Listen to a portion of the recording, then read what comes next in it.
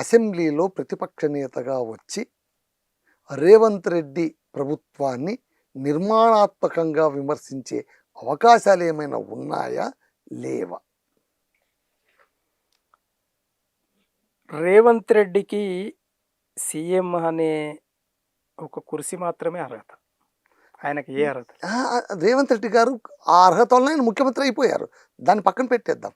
ఒక ప్రతిపక్ష నేతగా అదే చెప్తున్నా. ఆయన అక్కడ వచ్చి ప్రభుత్వాన్ని ముందుకు, అంటే ఒక ప్రతిపక్ష నేతగా సజావుగా నడిపించేటువంటి అవకాశాన్ని పట్టుకునే సందర్భం ఉంటుందా, ఉండదా?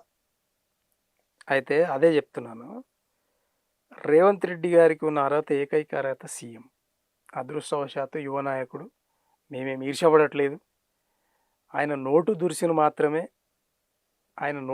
మాత్రమే వ్యతిరేకిస్తాం ఎవరమైనా కూడా. పార్టీ కార్యకర్తలు, నాయకులు, కేసీఆర్ గారి కుటుంబం, కేసీఆర్ గారు ఈ విధంగా మాట్లాడొద్దు కదా అనే బాధపడతారే తప్పిస్తే ఎవరికి కూడా వ్యక్తిగతమైన ద్వేషాలు లేవు. ఇది వాస్తవం. అది ప్రజలకు కూడా తెలుసు. యువ నాయకుడు సరే, ఎట్లొచ్చినావు అనేది మాకు తెలుసు. 2.5 సంవత్సరాల క్రితమే చంద్రబాబు నాయుడు గారు కాంగ్రెస్ పార్టీని కొని నిన్ను పార్టీ అధ్యక్షుని చేసిండు. ఇది వాస్తవం. మాకు తెలుసు నీ చరిత్ర ఏందనేది. సార్, నేను దానికి రాబోతా. మీరు అడిగిన జవాబు సూటికి ఇస్తాను నేను. అయితే నీ చరిత్ర అది, నీకు అర్హత లేదు. అయినా నీ అదృష్టం మంచిగా ఉంది. దానికోసమే కష్టపడవే అయినవేమో. కానీ దాంట్లో 99.99% అంటే 1% నీ అదృష్టం కలిసి వస్తే దానికి కారణం కూడా కేసీఆర్ గారు అనేది ఒప్పుకోవాల్సిన అవసరం ఉంది. ఎట్లా?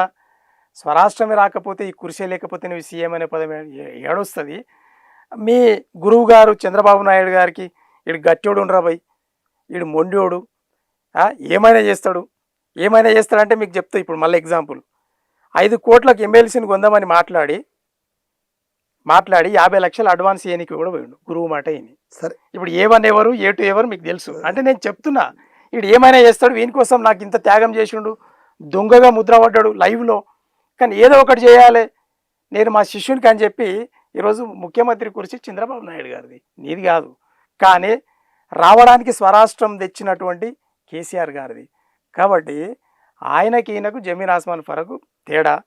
అందులో భాగంగానే స్వయంగా హెడ్ టు హెడ్ తిట్టినటువంటి రేవంత్ రెడ్డి గారు కుర్చీ మీద ఉన్నంత వరకు అసెంబ్లీలో కేసీఆర్ గారు రారు, మాట్లాడారు. అందుకే ప్రజాపక్షంలో ప్రజలలో ఉంటాం మేము, అంటే ప్రజలలో ఉంటామండి మేము. మీరు ఒక మాట చెప్పండి, కేసీఆర్కు రేవంత్ రెడ్డి పైన లేదా బీఆర్ఎస్కు రేవంత్ రెడ్డి పైన ఏమైనా ఉండొచ్చు, కానీ గెలిపించింది మాత్రం ప్రజలే కదా.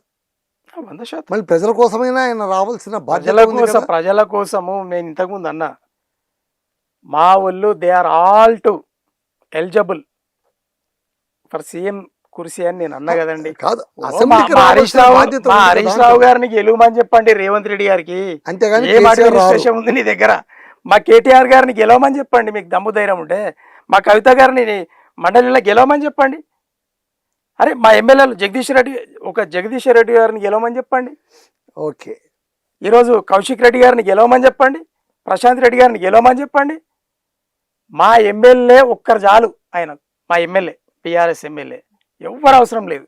వాళ్ళని గెలువుని మొదలు. అంత పెద్ద మహానాయకుని పట్టుకొని ఈరోజు చాలామందికి ఒక అపవాదం ఉంది కేసీఆర్ గారి మీద. తెలంగాణ ఇస్తే టీఆర్ఎస్ పార్టీని కాంగ్రెస్లో విలీనం చేస్తా అని మాట ఇచ్చి మాట తప్పిండని ఒక పెద్ద అపవాదం ఉంది. దానికి సూటి జవాబు ఏంటంటే, తెలంగాణ ఈడికే ఆగమైంది, దీనికి ఒక పెద్ద దిక్కు అనే వాళ్ళు లేరు. కాబట్టి దీనికి నాయకత్వాన్ని తయారు చేయాలి, తెలంగాణ కోసం నాయకులనే తయారు చేయాలి, రాజకీయ నాయకులను. కాబట్టి నేను ఒకవేళ కాంగ్రెస్ పార్టీలో చేరితే నాయకత్వం దెబ్బతింటుంది, కలుషితం అయిపోతుంది.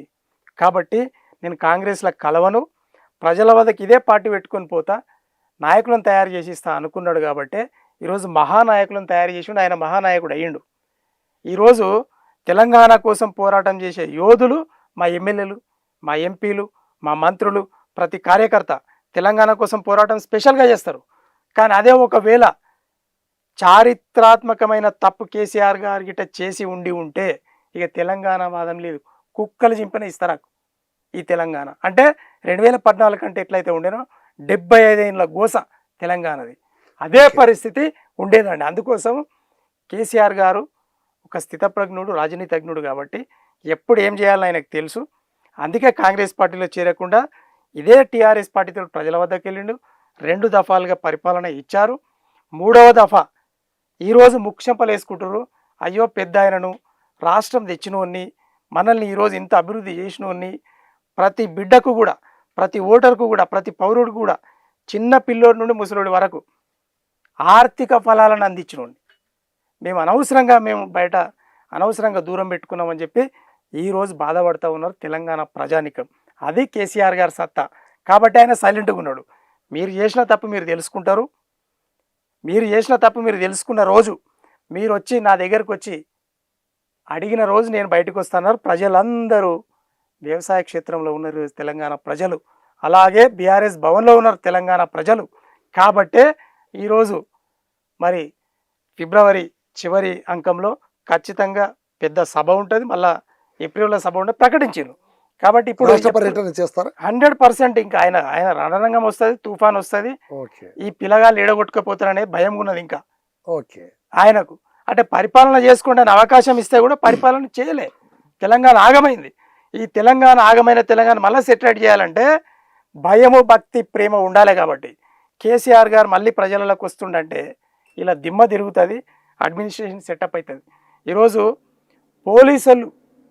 పోలీసు కానిస్టేబుళ్ళు వాళ్ళ పిల్లలు, వాళ్ళ భార్య బిడ్డలు అంతా రోడ్డు మీద ఎక్కిరండి.